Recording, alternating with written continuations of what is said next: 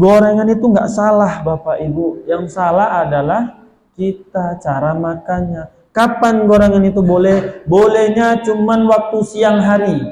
Berarti bulan puasa jangan makan gorengan siang hari. Berarti selama puasa libur gorengan.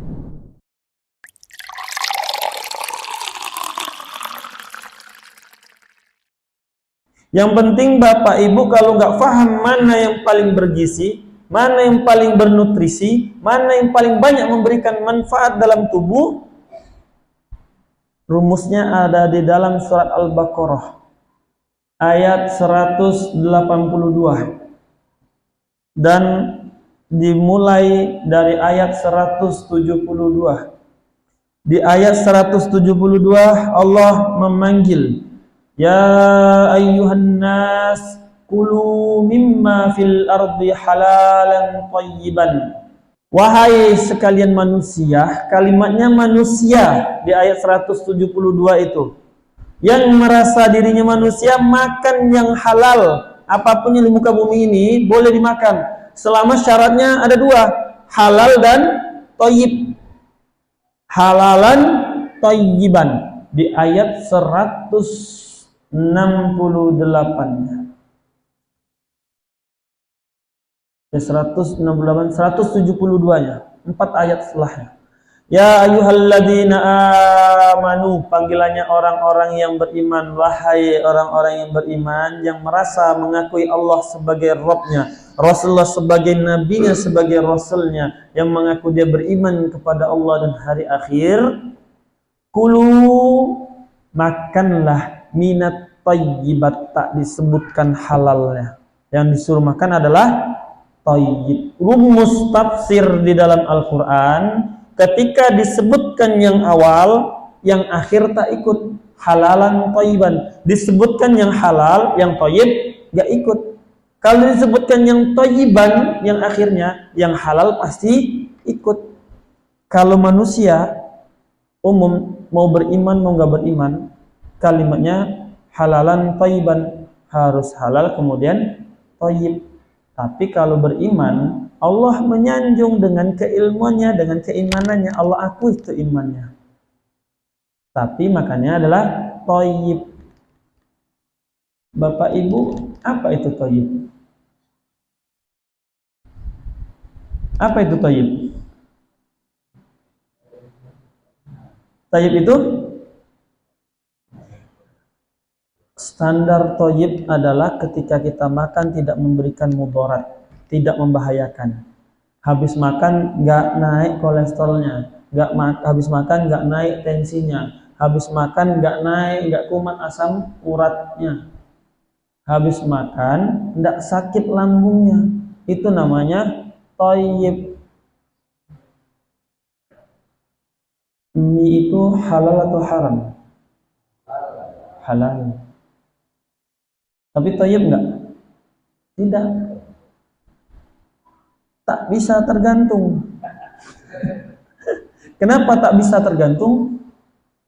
Kalau tergantung, orang yang makan mie itu nanti boleh tanya ke anaknya Pak Rasidi. Masya Allah kebetulan beliau sekolah di spesialis bidang gizi. Boleh tanya. Mie itu rendah gizi, hampir tak ada gizinya. Mie instan. Ketika dimakan, paling enggak membutuhkan waktu 2 pekan untuk dicuci, hilang itu namanya dari semua jenis yang ada bahan kimia dalam mie itu. Mie itu halal tapi tidak thayyib. Kalau orang beriman, kira-kira mau makan mie atau enggak? Wapot. Berat pertanyaannya. Betul enggak? Betul. Karena mie rebus itu waktu hujan nikmat enggak? Wah, itu yang ditunggu-tunggu. Nikmat sekali. Mie rebus waktu hujan itu nikmat sekali. Tapi masalahnya setelah makan dia akan sakit. Itu yang disebut tidak thayyib, bermudarat. Memberikan mudarat setelahnya. Gorengan itu halal atau haram? Halal. Tapi kalau orang yang punya kolesterol, setelah makan gorengan naik nggak kolesterolnya? Berarti dia jatuhnya toyib atau tidak? Tidak toyib. Cukup jadi dia halal. Halal itu sekedar halal, tapi dia memberikan manfaat yang lebih. Sebagaimana disebutkan, mohon maaf, kapan babi itu halal? Kapan babi itu halal? Ketika kondisi darurat. Darurat itu seperti apa? Gak ada lain lagi yang dimakan. Tapi ukuran makannya pun tak boleh kenyang. Hanya satu suap. Dia menjadi halal, bukan menjadi thayyib. Dalam kondisi darurat. Bapak dan Ibu, makanan yang hari-hari kita makan, semuanya insya Allah halal karena kita orang Islam. Kita menjauhi semua yang haram. Tapi itu bisa menjadi mudarat ketika caranya nggak tepat, membahayakan akhirnya. Kapan boleh makan gorengan? Kapan boleh makan gorengan Bapak Ibu? Waktu buka puasa makan gorengan nggak? Itu yang salah. Waktunya yang salah. Zolim itu di dalam bahasa Arab meletakkan sesuatu tidak pada tempatnya. Itu pengertian zolim. Maka setelah itu zolim nggak kita? Zolim. Akhirnya sakit nggak? 30 hari puasa asam urat kambuh. 30 hari puasa emahnya sakit. Yang salah puasa atau kita? Katanya puasa itu menyembuhkan. Katanya puasa itu menyehatkan. Tetapi kenapa setelah puasa 30 hari malah sakit? Rumah sakit itu penuh. Betul enggak? Idul Fitri itu banyak yang sakit enggak? Mulai dari jantung sampai ke lutut ada semua di rumah sakit itu. Gorengan itu enggak salah Bapak Ibu. Yang salah adalah kita cara makannya. Kapan gorengan itu boleh? Bolehnya cuman waktu siang hari. Oh, berarti bulan puasa jangan makan gorengan siang hari. Berarti selama puasa libur gorengan. Kenapa kok harus gorengan tuh siang hari? Sifat karsinogennya, perubahan zat kimia tepung ataupun sayuran ketika digoreng itu dia akan melekat dalam usus. Ketika perut kosong pagi hari sarapan tuh jangan pakai gorengan. Allah, itu dia sarapannya. Saya bukan sedang membuli gorengan, tidak. Tapi saya sedang menyadarkan diri pribadi dan kita semua, makan itu ada aturannya, makan itu ada waktunya. Nggak salah Bapak Ibu makan gorengan itu nggak salah. Tapi kalau waktunya pagi hari ya salah. Kalau makannya setelah berbuka puasa dalam keadaan perut kosong ya sangat salah. Itu kenapa Rasulullah mencontohkan berbuka puasa itu dengan yang manis-manis tapi bukan gula, kurma, madu, buah-buahan. Itu baik untuk membersihkan usus, mendinginkan usus yang sedang panas, menguatkan isi lambung. Setelah buka dengan air putih, dia buka puasa itu bukan dengan teh, mohon maaf, saya minta maaf sekali. Bukan dengan teh buka puasa.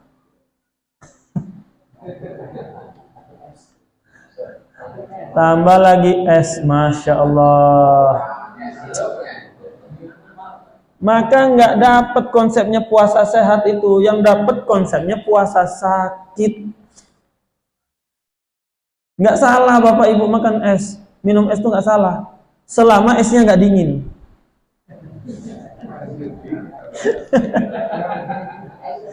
Selama esnya nggak dingin boleh untuk buka puasa.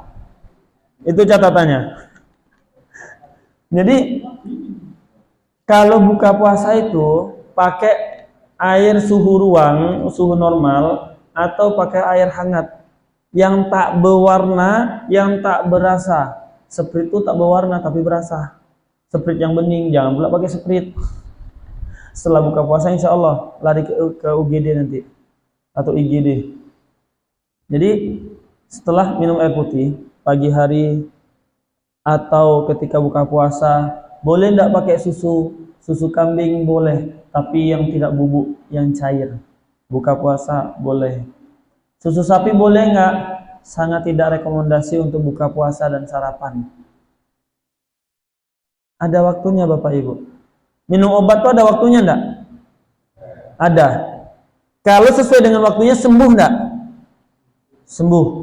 Coba kalau Bapak Ibu minum obat dari dokter tuh ngawur. Overdosis enggak?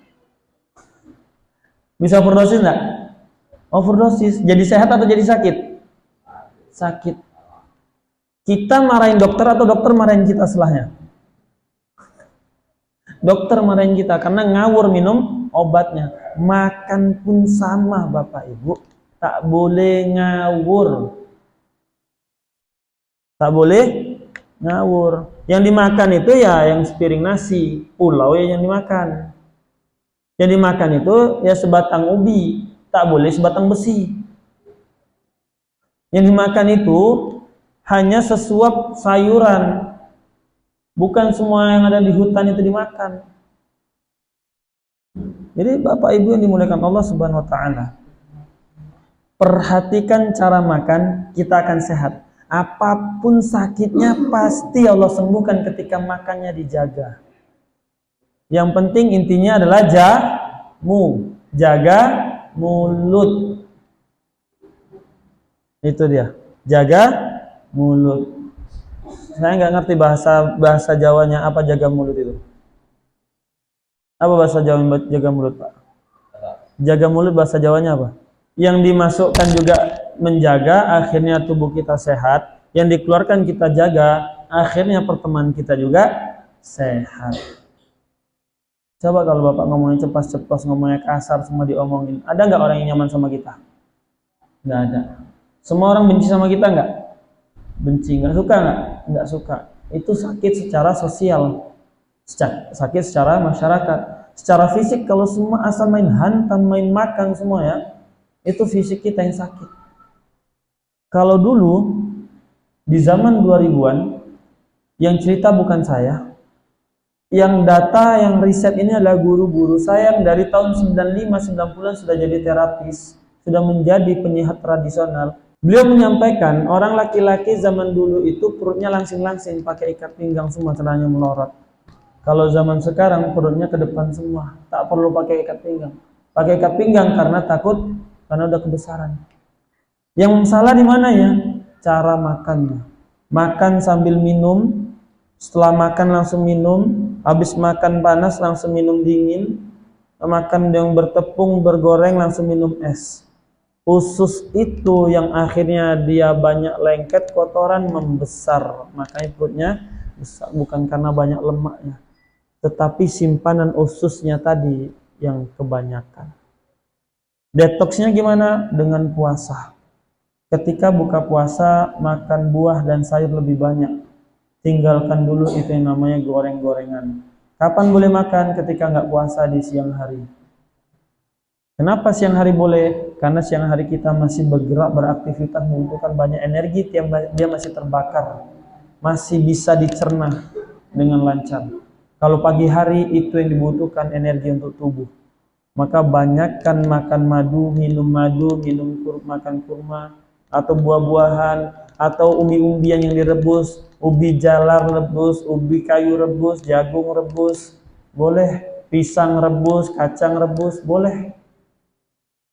Jadi Bapak Ibu dimuliakan Allah Subhanahu wa taala, saya tekankan pertemuan yang pertama ini itu adalah pola makan. Sehebat apapun herbal, kalau pola makan yang diatur nggak akan sembuh. Saya berani bertaruh, saya berani buat challenge, buat percobaan. Kalau ada yang mau nyoba, boleh. Bapak Ibu silakan cari herbal yang paling mahal, yang paling mujarab dengan yang paling mahal. minum itu, makannya sembarangan, makannya semua dihantam. Kalau dia tambah sehat, saya bayar itu herbal 20 kali lipat. Tapi kalau sakit, saya nggak tanggung jawab. Itu aja. Jangan cari saya nanti kalau sakit. Kalau orang kaya tuh seenak edw, sesuka hati dia ya, sesuka hati dia. Nah, apa dibuat sama dia. Saya pernah kasih harga herbal satu botol isinya 100 butir. Aturannya sudah saya kasih caranya sudah saya kasih, saya bimbing. Harganya itu 4.500.000 satu botol. Orang dengan kanker separah apapun Allah izinkan sembuh. Orang kanker hati rumah sakit dan nolak, dengan itu Allah izinkan sembuh. Allah sembuhkan. Dengan bapak ini tak sembuh, malah makin bertambah. Yang awalnya sensasi kepalanya bergoyang seperti di atas kapal, setelah itu berdenging telinganya 24 jam. Besok sebulan kemudian saya telepon, bertambah lagi lututnya sakit. Saya telepon sebulan kemudian lagi, bertambah lagi matanya pedih berair tak karuan. Sudah. Ini apa yang salah? Ternyata ketika saya datang, saya diajak makan, udah tahu tubuhnya nggak bisa lagi nerima. Makan soto, pakai jeruan, pakai telur puyuh, minumnya es jeruk. Semua digas. Ya pantes pak, bapak nggak sehat, herbal yang dikasih itu nggak bekerja. Yang bapak kayak gini makanya jorok, makanya kemproh. Jadi itu riset salah satu bukti ilmiah. Tidak cuma satu, banyak seperti itu bapak ibu. Jaga makan, tubuh akan sehat. Subhanakallahumma wa bihamdika asyhadu an la ilaha illa anta astaghfiruka wa atubu ilaik. Assalamualaikum warahmatullahi wabarakatuh.